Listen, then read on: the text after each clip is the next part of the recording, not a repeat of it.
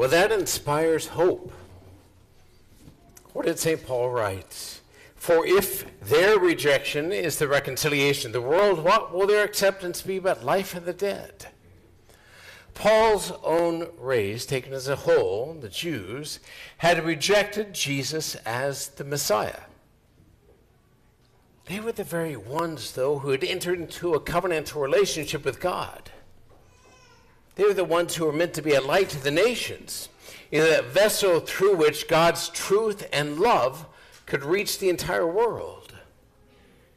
It was that very people who rejected God and his Messiah.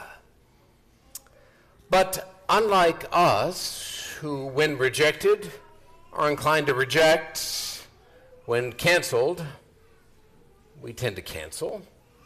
Like us, God used their rejection to open up the doors of mercy to everyone. For me, at least, that gives me a little confidence and hope to think that God can actually work with my mess-ups, my disobedience, to bring about some good, if he brought about good in this extreme case of the rejection of Jesus Christ by his own people. God is greater than our sin. Thanks be to God. Just as you once disobeyed God, but have now received mercy because of their disobedience, Paul said, so they have now disobeyed in order that by virtue of the mercy shown to you, they too may now receive mercy. If for some reason, out of love for the world, God chose to draw out the most intense evil to the very ones he had chosen, to concentrate it all in Jesus Christ, to overcome the worst on behalf of all mankind. Now this helps us to understand that somewhat peculiar gospel. It sounds a little bit like Jesus was being cruel. You're a dog. That's what it sounds like, right?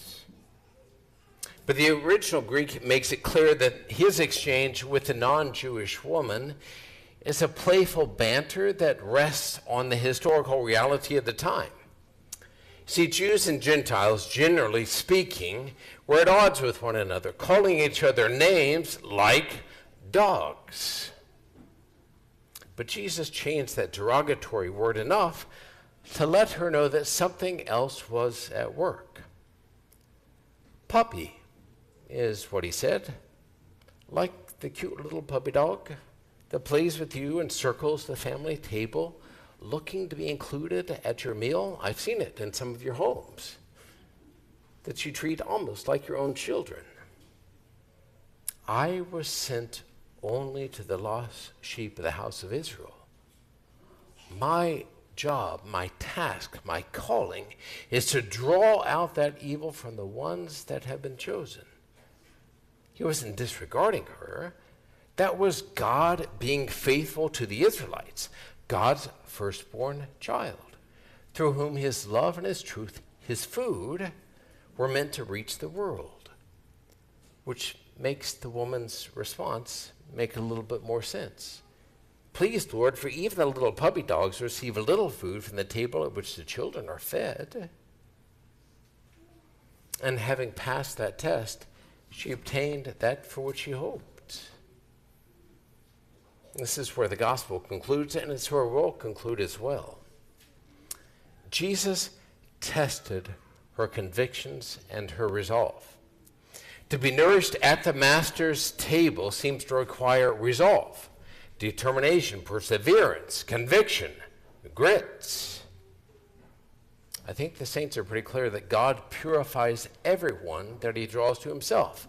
If you've been here at JP2, especially from the beginning, you know something of that. God purifies us even when he gives us a task to do. Why can't we just accomplish it? And we'd be foolish to think that we're done with that purification, right? Or it's like a friend of mine who is ill, and I pray and I pray and I pray for her, and she only seems to get worse. Perseverance, conviction, resolve is often tested by God.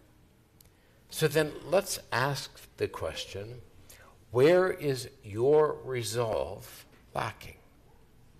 Where is it lacking?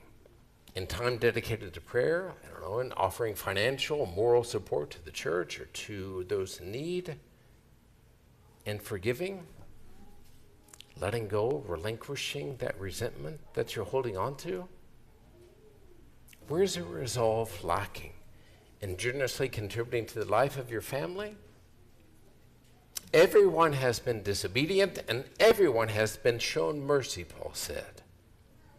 It's encouragement in the midst of our mess-ups and encouragement to persevere in our life of faith.